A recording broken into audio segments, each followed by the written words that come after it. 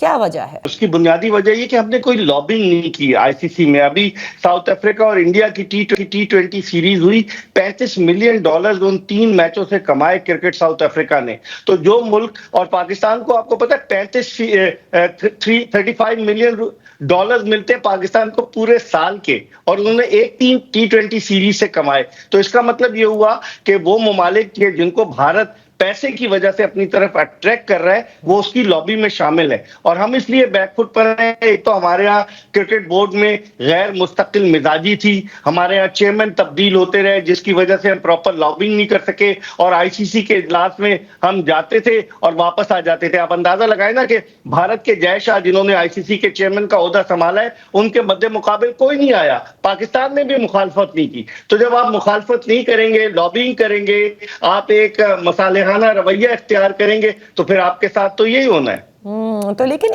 مرزا صاحب پھر اگر ایسا ہائیبرڈ ماڈل ہے تو اس میں پاکستان کا تو نقصان ہوگا, کیونکہ بھارت نے صرف پاکستان کے ساتھ تو نہیں کھیلنا, ظاہر ہے چیمپئنز ٹرافی میں دیگر ٹیموں کے ساتھ کھیلنا ہے. وہ ہر میچ اگر پاکستان سے باہر ہوگا تو پھر کس قسم کی میزبانی پاکستان کر رہا ہے؟ یہی تو $1 ملین کوسچن ہے, اور شائقین کرکٹ جو ہیں وہ سرخ بتی کے پیچھے دوڑ رہے ہیں کہ وہ سمجھتے ہیں کہ نہیں جی ہم جیت گئے. آپ دیکھیں کہ بعض میڈیا کے لوگ یہ خبریں چلا رہے ہیں کہ پاکستان کی بہت بڑی فتح ہوئی ہے. اب آپ اندازہ لگائیں نا کہ 5 میچز ہوں گے ہائیبرڈ ماڈل پر اگر ہوئے, 3 تو بھارت کے لیگ میچز ہیں, اور اس کے علاوہ اگر بھارت سیمی فائنل میں پہنچتے ہیں, سیمی فائنل اور فائنل. اب ہم کیسے میزبان ہیں کہ اگر فائنل ہمارے ملک میں نہیں ہوگا تو پھر کیا فائدہ؟ پاکستان کرکٹ بورڈ نے یہ تجویز دی تھی آئی سی سی کو کہ چلیں ہم ہائیبرڈ ماڈل بھی مان لیتے ہیں کہ بھارت پاکستان کا میچ پاکستان سے باہر کرا لیتے ہیں, لیکن کم از کم فائنل تو پاکستان میں ہونا. جو آپ کو یاد ہے 1996 میں 2 ورلڈ کپ ہوا تھا, اس کا فائنل پاکستان میں ہوا. اگر فائنل بھی ہمارے یہاں نہیں ہوگا تو پھر کیسی میزبانی؟ تو وہ یہی کہہ رہے ہیں کہ subject to the India's qualification for the final. اگر انڈیا کوالیفائی کرے گا تو فائنل باہر ہوگا. ایسی کون سا آفت آئی ہے؟ میں سمجھتا ہوں کہ انڈیا جو ہے وہ اپنی لابی کو اسٹرانگ کرتے ہوئے ہر طرح کے شاٹس کھیل رہا ہے, اور لگ یہی رہا ہے کہ وہ ہمیں بیک فٹ پر واقعی میں کر چکا ہے. اچھا, لیکن آپ کو یاد ہوگا کہ بیچ میں یہ بھی بیانات آ رہے تھے جو کہ انڈیا کی فارن منسٹری کی جانب سے آئے کہ یہ معاملہ پیورلی جو ہے وہ انڈین کرکٹ بورڈ کا ہے, وہ جو بھی فیصلہ لیں. جبکہ انڈین کرکٹ بورڈ کے جو کرتا دھرتا ہیں ان کا یہ کہنا تھا کہ جو حکومت کہے گی ہم وہ کریں گے. تو وہاں بھی کوئی کنفیوژن ہے کیا؟ دیکھیں کنفیوژن تو نہیں ہے. جے شاہ کس کے بیٹے ہیں؟ امت شاہ کے. امت شاہ وفاقی وزیر داخلہ ہیں بھارت کے, اور امت شاہ نریندر مودی کا دایاں بازو ہیں 2014 سے. تو پھر حکومت, یہ تو ملی بھگت ہے نا ان کی کہ بھارتی کرکٹ بورڈ کہتا ہے حکومت اجازت نہیں دے رہی, حکومت کہتی ہے کہ بھارتی کرکٹ بورڈ نے ہمیں کہا ہے. تو میرے خیال میں مل جل کر, اور پھر پاکستان کرکٹ بورڈ کا سٹینڈ صحیح تھا. آئی سی سی کو انہوں نے کہا کہ اب ہمیں 2-3 سوالات بھیج دیں کہ آپ ہمیں لکھ کر دیں کہ کیا وجوہات ہے, کن سیکیورٹی ریزنز کی بنیاد پر بھارتی ٹیم نہیں آ رہی, کیا اس نے لکھ کر آپ کو دیا ہے؟ اس حوالے سے بھی آئی سی سی خاموش رہی. اسی لیے تو میں کہتا ہوں کہ یہ انڈین کرکٹ کاؤنسل ہے کہ سب سے بڑا روپیہ بھیا اور پیسے کے علاوہ کچھ نہیں ہے, اور وہ معاملات کو جو ہے وہ لنگر آن کرتے گئے, اور اب یہ وقت آ گیا ہے کہ ابھی تک اناؤنس نہیں ہوا شیڈول, اور پھر اس کے بعد کیا ہوگا ہر کوئی اس انتظار میں ہے. تو اب یہ دیکھنا ہے کہ جب سب کچھ سامنے آ جائے گا, جو بھی فیصلہ لیتے ہیں محسن نقوی صاحب, پھر کس طرح سے he is going to live up to his words when he said کہ برابری کی سطح پر ہوگا جو بھی فیصلہ ہوگا. تو وہ برابری ہوتی نظر تو نہیں آ رہی اب آپ ان سے پوچھیں گا نادیہ کہ برابری کی کیا سطح ہوگی، کیونکہ وہ جب کرکٹ بورڈ میں آئے تو انہوں نے کہا مجھے کرکٹ کا پتہ نہیں ہے، انہوں نے وقار یونس کو کرکٹ کی ذمہ داریاں سونپی، وہ بھی چلے گئے، وہ مینٹور بن گئے۔ کرکٹ کے معاملات میں آپ دیکھیں پے در پے تبدیلیاں ہو رہی ہیں، سلیکشن کمیٹی تبدیل ہوئی، ہیڈ کوچ تبدیل ہوئے، بہت ساری چیزیں آ رہی ہیں۔ تو اس کا مطلب یہ ہے کہ جو انہوں نے شروع میں کہا تھا کہ مجھے کرکٹ کا پتہ نہیں ہے، مجھے ایڈمنسٹریشن کا پتہ ہے، تو ایڈمنسٹریشن اور کرکٹ کو ملا کر چلانا یہ بھی ایک بڑی بات ہے۔ اور جس طریقے سے کرکٹ کے معاملات چلتے ہیں انٹرنیشنل کرکٹ کاؤنسل کے لیول پر، تو نقوی صاحب کو اتنی نو ہاؤ تو نہیں ہے نا، لیکن چلے اب وہ ماشاءاللہ وفاقی وزیر داخلہ ہے، ماشاءاللہ چیئرمین پی سی بی ہے، ماشاءاللہ سینیٹ کے رکن ہیں، تو اب وہ جو کہیں گے لوگ مانیں گے اسے۔ بہت بہت شکریہ مرزا اقبال بیگ صاحب وقت دینے کے لیے۔ معاملات یہاں پر ہیں، مرزا اقبال صاحب کہتے ہیں کہ خبریں یہی ہیں کہ پاکستان کو اگری کرنا پڑے گا، اور میچز جو ہیں وہ جو بھی بھارت کے میچز ہیں وہ دبئی میں ہوں گے، اور کسی طرح سے اس کو یو اے کا جو بورڈ ہے اور پاکستان کا وہ کو ہوسٹ کرے گا۔ اب سوال یہی پیدا ہوتا ہے کہ کس چیز پہ محسن نقوی صاحب آئی سی سی کو منانے میں کامیاب ہوتے ہیں، کیونکہ بات ہے برابری کی، اور وہ برابری محسن نقوی صاحب نے کہا تھا کہ وہ ضرور لے کر دکھائیں گے۔ Let's take a break here, اور بریک کے بعد ہم سیاست پر گفتگو کریں گے۔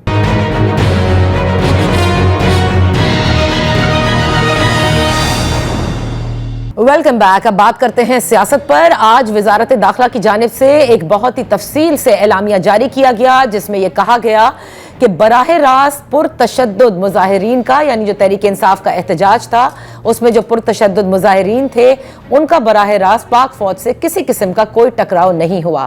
اس اعلامیے میں مزید باتیں بھی لکھی گئی ہیں، بتایا گیا ہے کہ کس طرح سے جو پرتشدد مظاہرین تھے وہ کیا کچھ لے کر آئے تھے اور انہوں نے کس کس طرح سے حملے کیے، اور یہ بھی بتایا گیا کہ حکومت نے آؤٹ آف دا وے جا کر رعایت بھی دی۔ محسن نقوی صاحب نے پہلے بھی کوشش کی کہ پاکستان تحریک انصاف سے بات چیت ہو جائے، یہ دھرنا مؤخر ہو جائے، یا پھر سنجانی کا جو مقام دیا گیا تھا اور وہ جو خصوصی رعایت کا ذکر کیا گیا ہے اس پورے مراسلے میں یا اس اعلامیے میں، تو اس میں کہا گیا ہے کہ عمران خان جو بانی تحریک انصاف ہیں ان سے ملاقات بھی کرائی گئی ہے۔ بہرحال یہ تفصیل اپنی جگہ، دوسری جانب جو حکومت نے اس پورے احتجاج کے بعد ان کے ایکشن لینے کا جو انہوں نے اندیا دیا ہے، چاہے وہ خیبر پختونخوا میں گورنر راج لگانے کا پر غور کیا جا رہا ہو یا ڈیلیبریٹ کیا جا رہا ہو کہ پاکستان تحریک انصاف پر پابندی عائد کی جائے، اس پر ان کی جو اتحادی جماعت ہے پاکستان پیپلز پارٹی اس نے بھی مخالفت کی ہے۔ اور گزشتہ روز بلاول بھٹو زرداری صاحب کا یہ کہنا تھا کہ ابھی تک ان سے کوئی رابطہ بھی نہیں کیا گیا، اور پاکستان پیپلز پارٹی تاریخی طور پر اس قسم کے جو اقدام ہیں ان کے مخالف یا مخالفت کرتی ہے، یا اس قسم کے اقدام کی وہ سپورٹ ہی نہیں کرتی۔ آج اسی حوالے سے بات کرتے ہیں، ان فوکس ہیں اختیار ولی صاحب، پرائم منسٹر کے ترجمان بھی ہیں اور ممبر ہیں سینٹرل ورکنگ کمیٹی پاکستان مسلم لیگ نون۔ بہت شکریہ فار جوائننگ اس۔ اختیار ولی صاحب، حکومت نے جو بھی ایکشن سوچا ہے تحریک انصاف کے ساتھ لینے کے لیے احتجاج کے بعد، جس کا وہ اندیا دیتی آئی ہے، اس پر اتحادیوں کو اب تک آن بورڈ نہیں لیا گیا ہے۔ Thank you very much Nadia. سب سے پہلے ایسے ہوتا ہے کہ جب کسی بات کی یا کسی ایکشن کی ضرورت محسوس ہوتی ہے تو اس کے لیے آئیڈیا تھرو کیا جاتا ہے۔ حکومت میں جب ہم نے یہ محسوس کیا کہ یہ پارٹی جو ہے جو سیاست کا لبادہ اوڑھ کر یا خود کو سیاسی جمہوری جماعت کہتی ہے، لیکن یہ لوگ بیہیو نہیں کر سکتے ہیں پولیٹیکل پارٹی کی طرح، جمہوری قوت کی طرح، بلکہ ہمیشہ یہ انتشار کی کوشش میں رہتے ہیں، یہ ہمیشہ فساد برپا کرنے کی کوشش میں رہتے ہیں۔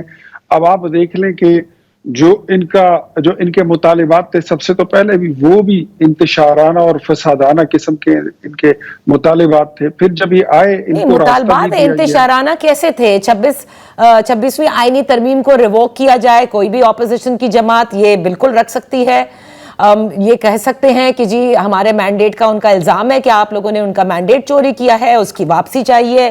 یہ تمام تر تشددانہ مطالبات کیسے ہو گئے؟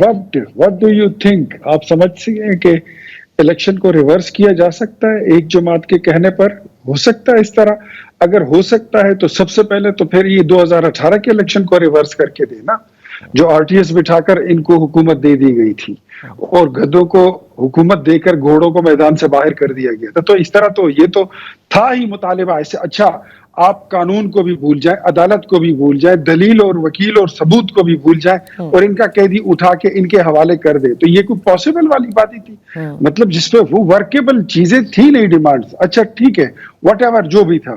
پھر جب یہ آئے، میں نے اس سے پہلے پریس کانفرنس کی کہ ان کی جماعت یا ان کی ریلی میں، ان کے ساتھ احتجاج میں کالعدم تنظیمیں شامل ہیں جو اسلحے سے بھی لیس ہیں، جو ان کے پاس ہر وہ مواد موجود ہے جو لوگ جاتے ہیں جنگ کے لیے. اچھا تو کیا یہ آپ اپنی ریاست کے خلاف الجہاد کا نعرہ جو لگا تھا تو کیا تھا؟ مجھے بتائیے نا، کیا اسلام آباد میں کوئی کفر کی حکومت تھی؟ یہاں پر یہودیوں کی حکومت تھی. تو یہی باتیں تھی جب یہ پہنچے اور ان کو ڈی چوک، اچھا سنجانی میں ان کے ساتھ بات چیت بھی ہوئی اور طے بھی ہوا کہ یہ وہاں بیٹھیں گے. پھر جب یہ ڈی چوک میں آئے تو کیسے آئے؟ ہائی کورٹ کے آرڈرز کو انہوں نے نہیں مانا، ڈسٹرکٹ ایڈمنسٹریشن کے آرڈرز کو انہوں نے نہیں مانا، سیکشن 144 کی خلاف ورزی کی، آرٹیکل 245 کے تحت وہاں پر فوج ڈپلائی تھی، اس کی بھی خاطر میں لائے بغیر یہ لوگ بڑھتے گئے اور اتنے میں یہ لوگ 5-6 جوانوں کو کھا گئے. پہلے ایک پولیس والا کھا گئے، پھر 4 جوان یہ سیکورٹی فورسز کے کھا گئے، کل ایک اس میں اور بھی وفات ہو گیا. 6 لوگوں کا خون یہ پی گئے، لیکن ان کو آرام نہیں تھا. اب ان کو ڈسپرس بھی کرنا تھا، بیلاروس کے پریزیڈنٹ بھی موجود تھے. تو ایسے حالات میں جب ان کے پیچھے سینکڑوں لاشیں پڑی ہے، 125 لوگوں کی لاشیں پڑی ہوں کرم پال چنار میں، وہاں پر نسلی اور سیکٹیرین فسادات جو ہیں وہ شروع ہیں اور یہ لوگ ان لاشوں کو رونتے ہوئے آگے بڑھ رہے ہیں اسلام آباد کی طرف اپنی گندی سیاست اور غلیظ ایجنڈے کو تکمیل پہنچانے کے لیے. تو ان چیزوں کو دیکھتے ہوئے اب اس میں پتہ چل رہا ہے کہ مراد سعید جیسے لوگ وہ اس میں 1500-2000 کے لوگوں کا جتھا لے کر وہ اس میں شامل تھے، جو چاہتے تھے کہ فساد ہو، انتشار ہو اور ملک میں خونریزی جو ہے پھیلائی جائے. تو اختیار ولی صاحب یہیں پر میں خطا کلامی کے لیے معافی چاہوں گی، 2 ایسے آپ نے اپنے جواب میں جو کہا ہے کہ کالعدم تنظیم کے لوگ شامل تھے اس احتجاج میں، اور دوسرا مراد سعید صاحب جو مطلوب ہیں آپ لوگوں کے لیے، وہ بھی آپ کہتے ہیں کہ 1500 لوگوں کو لے کر آئے. تو سوال تو پھر آپ کی حکومت سے بنے گا، آپ کا فیلئر ہے نمبر 1 کہ آپ مراد سعید صاحب کو گرفتار نہیں کر سکے، اور دوسرا یہ کہ جو کالعدم تنظیم سے لوگ آئے تھے کیا حکومت نے ان کو گرفتار کیا ہے یا نہیں کیا؟ اچھا، سب سے پہلے آپ کو یہ بات بتاؤں کہ خیبر پختونخوا کو تمام مفروروں، تمام وہ لوگ جو قانون کو مطلوب ہیں، جو 9 مئی کے کردار ہیں اور ابھی تک وانٹڈ ہیں، ان کے لیے خیبر پختونخوا ہاؤس، وزیر اعلیٰ ہاؤس اور ایم پی اے ہاسٹل، یہ سب ان کے لیے ایک زبردست قسم کی ایک سیف ہیون بنا ہوا ہے، ایک محفوظ جنت ہے. وہاں پر حکومت ان کی ہے، پولیس ان کی ہے، ڈپٹی کمشنر ان کا ہے، کمشنر ان کا بیٹھا ہے. ہم کس پہ ہاتھ ڈالیں؟ نہیں میں مراد سعید صاحب کی بات کر رہی ہوں اور کالعدم تنظیم کے لوگوں کی بات کر رہی ہوں جو اسلام آباد پہنچ گئے. ان کو تو آپ لوگ گرفتار کر سکتے تھے نا. یہ تو بعد میں پتا چلا کہ اس میں اس طرح کے لوگ شامل تھے. اس کے علاوہ اور بھی بڑے کریکٹر ہیں کہ سب کا نام لینا بھی ضروری نہیں ہے. تو ان ساری چیزوں کو دیکھتے ہوئے یہ ضرورت محسوس کی جا رہی ہے کہ یہ جو جماعت ہے یہ سیاست کا لبادہ اوڑھ کر اور جمہوری پارٹی کا لبادہ اوڑھ کر یہ سیاست نہیں کر رہے ہیں، بلکہ یہ ہمیشہ پاکستان کی ترقی پر، پاکستان کی خوشحالی پر، پاکستان کے امن پر، پاکستان کی جمہور پر اور پاکستان کی ترقی پر یہ حملہ آور ہوتے ہیں. تو کیوں نہ اس آپشن پہ غور کیا جائے، تمام اتحادیوں کو آن بورڈ لے کر کہ ان پہ پابندی لگائی جائے، ان پہ بین لگایا جائے. خیبر پختونخوا میں جبکہ لا اینڈ آرڈر کی سچویشن ان کے کنٹرول میں نہیں رہی، وہاں پر ہسپتالوں کا نظام جو ہے وہ برباد ہو چکا ہے. تعلیم کی حالت وہاں پر یہ ہے کہ ہمارے صوبے میں خیبر پختونخوا میں 34 یونیورسٹیاں ہیں. 34 میں سے اس وقت 24 یونیورسٹیاں ایسی ہیں جس میں وائس چانسلر ہی نہیں ہیں. 18 یونیورسٹیاں ایسی ہیں جن کو بند کیا جا رہا ہے. تو جس صوبے میں ایک حکمران جماعت نہ یونیورسٹی اسکولوں کی طرف دیکھ رہی ہے، نہ وہ ہسپتال کی طرف دیکھ رہی ہے، پولیس کا نظام یہ ہو کہ وزیر اعلیٰ عصر کی نماز کے بعد اپنے گھر سے نہیں نکل سکتا، تو پھر ایسے حالت میں وہاں پر کیوں نہ ایمرجنسی نافذ کی جائے، کیوں نہ وہاں پر گورنر رول پہ سوچا جائے، کیوں نہ ایسی جماعت کو کالعدم ڈکلیئر